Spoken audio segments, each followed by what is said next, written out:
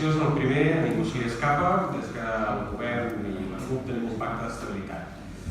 Tot i això, hem de dir, clar, que aquest no és el nostre pressupost.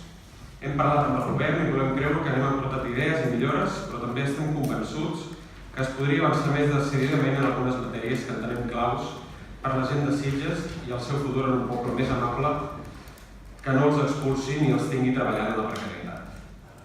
No és el nostre pressupost, però hi votarem a favor.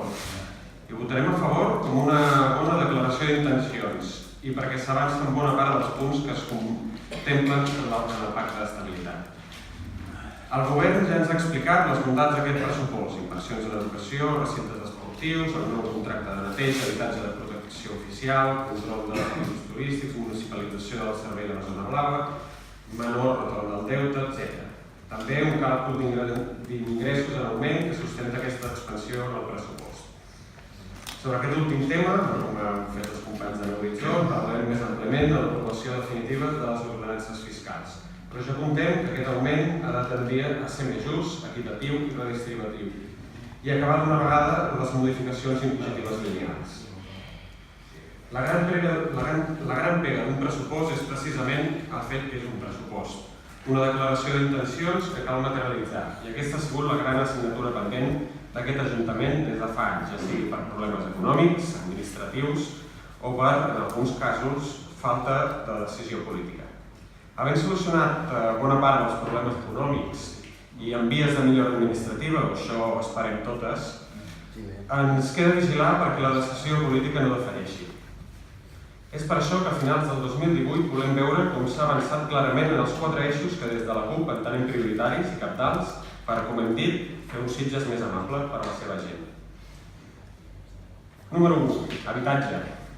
S'ha d'aconseguir controlar un número de pisos turístics il·legals que encareixen l'accés a l'habitatge de lloguer i el fan inassumible per part dels i les sitgetans i paral·lelament iniciar el més aviat possible la construcció de la promoció d'habitatges de protecció oficial 100% públics i de lloguer.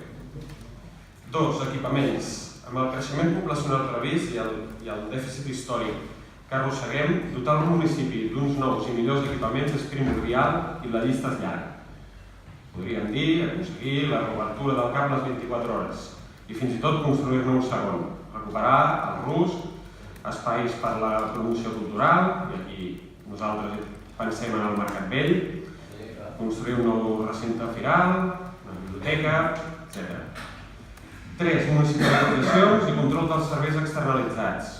Per oferir un bon servei públic i garantir els drets dels ciutadans, és important tenir un bon control dels serveis que ofereixes i si a això hi afegim un correcte control econòmic ens trobem en la municipalització. I 4. La participació. Volem una ciutadania implicada políticament i que pugui i vulgui decidir sobre el seu poble. Per això és clau desenvolupar ja l'anomenat Pla de Barris, en la seva vessant més participativa i col·laborativa entre ciutadania i administració. Resumint i per acabar, votarem a favor del pressupost per l'any 2018, però estarem atents a la seva correcta aplicació, sobretot en habitatge, equipaments, municipalització i participació.